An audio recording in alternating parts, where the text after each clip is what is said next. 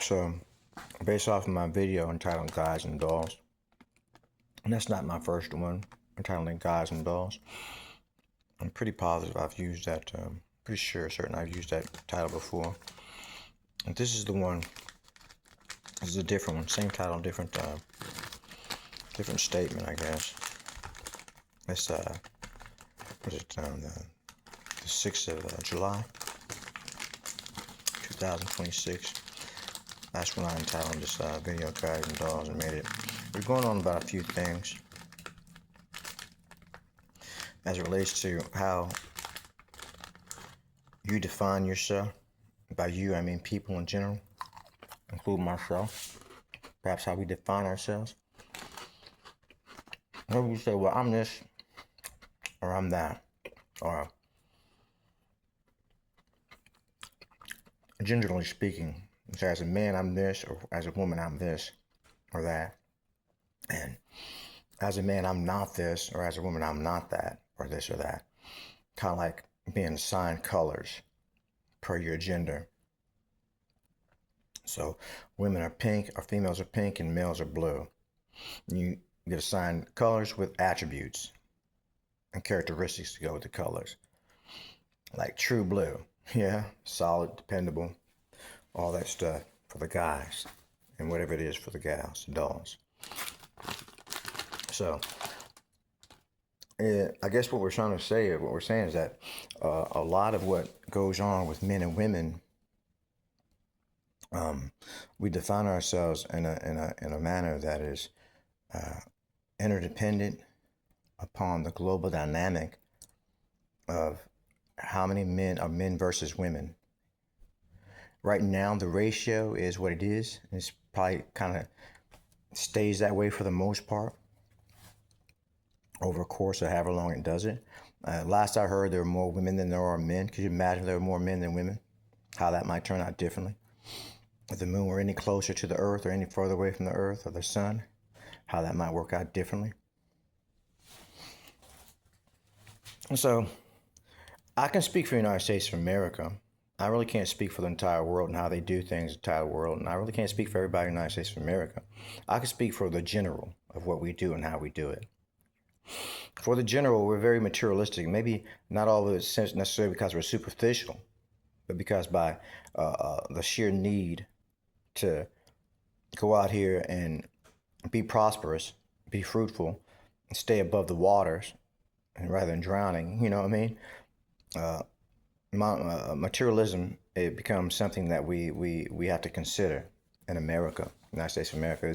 And money makes the world go round in a lot of ways. You know, it makes the world go round, but it's different from one port to the other of how significant it is and how it's approached. You know, you got communist countries, you have capitalist countries, and America's a capitalist country. There are countries out there that they take care of their, everyone kind of has like the same thing, you know? It's not like a Dr. Seuss book where you have a straw in your stomach and one doesn't. So anyway, we're talking about money and we're talking about the materialism and the desire to have things and how that may be different for you or how that may make a difference in you per what you are as a female and per what you are as a man or a male.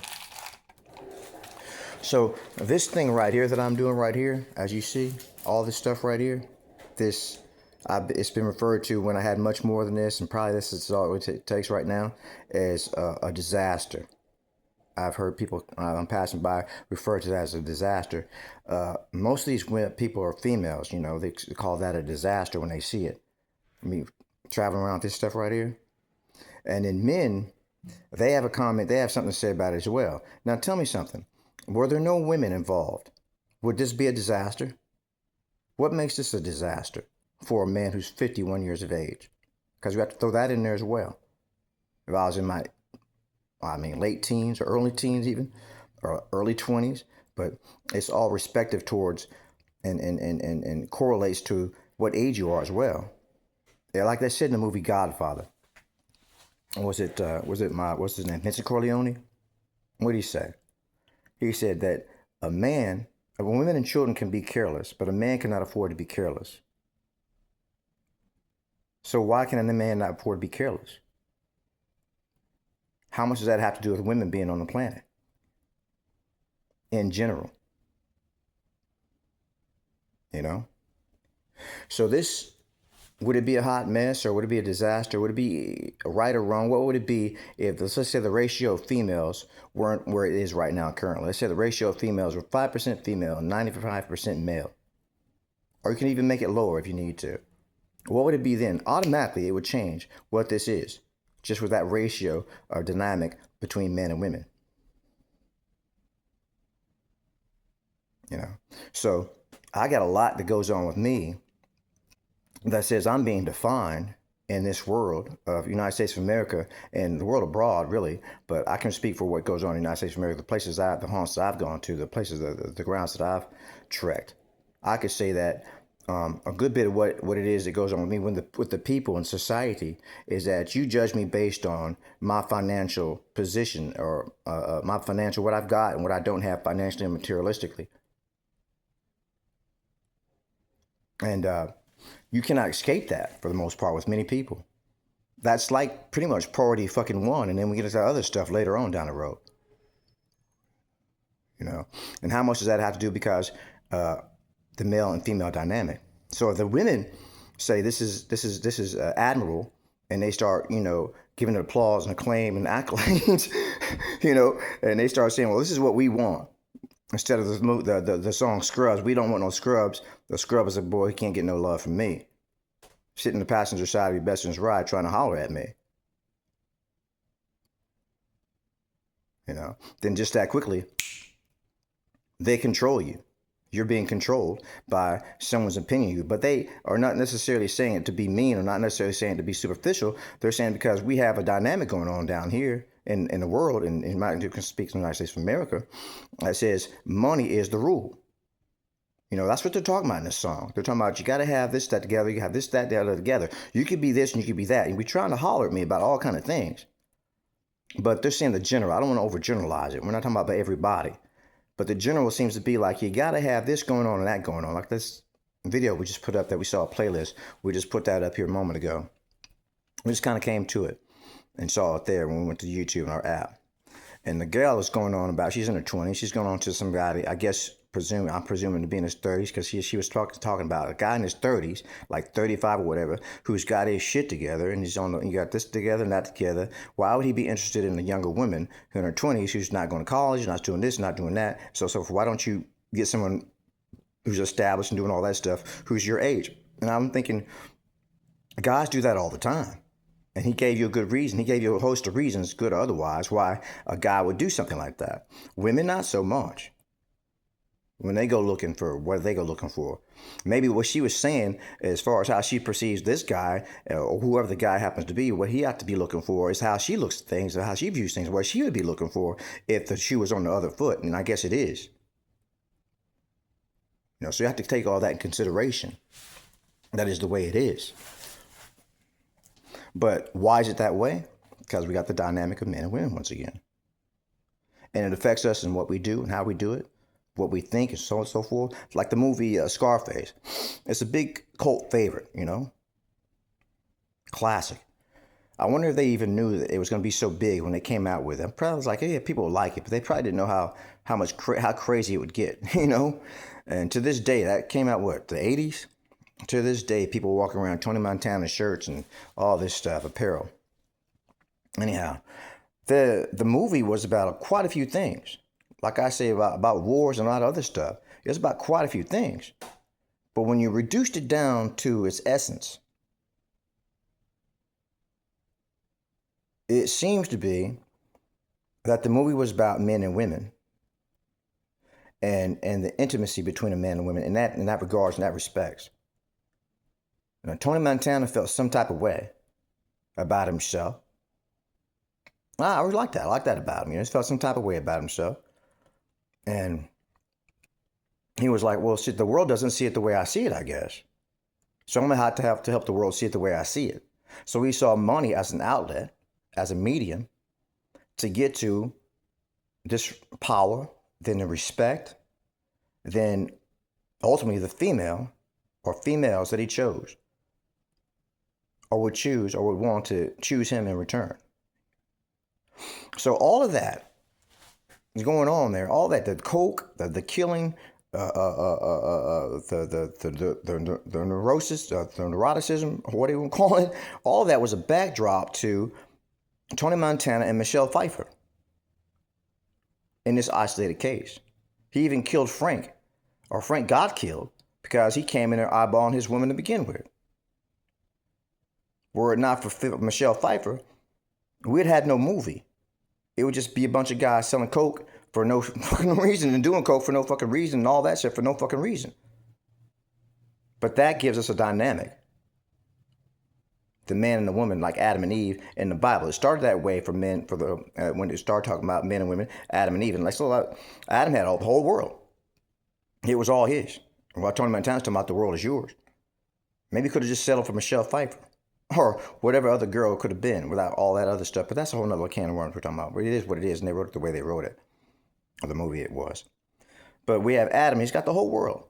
Right? That's the first statement they really want to make about it. And he really still has, he doesn't have shit, according to how Adam's looking at it. And how it was being looked at. Until he has his counterpart come into the play, which would be Eve. And then all of a sudden, all these things start taking place. Adam starts feeling some type of way after they had the fruit.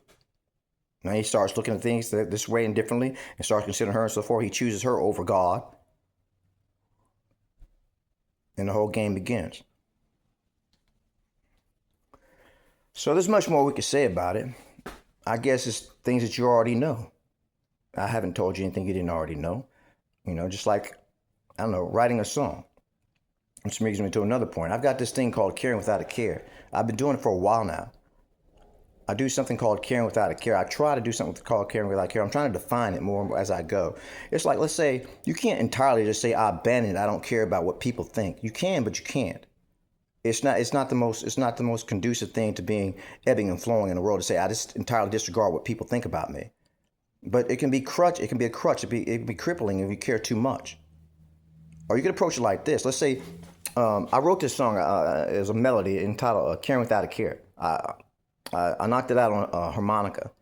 And I did it out in Las Vegas so many years ago, out in a porta pod, freezing my ass off. And what it means is that you kind of, let's say, for instance, here's an example. Let's say I was going to write a song right now. Am I going to write this song and say, if I want it to be commercially successful to any extent at all? Am I going to write this song and say, I don't give a flip about what someone thinks about it? When you're supposed to be writing it to say, okay, do you like the sound? Now, can I detach a little bit from it and not just be so like, you know, like Selena's the Key, like not Selena's the Key, but like Selena in that movie, Selena's Key, in that movie Selena. Jennifer Lopez played the role of Selena.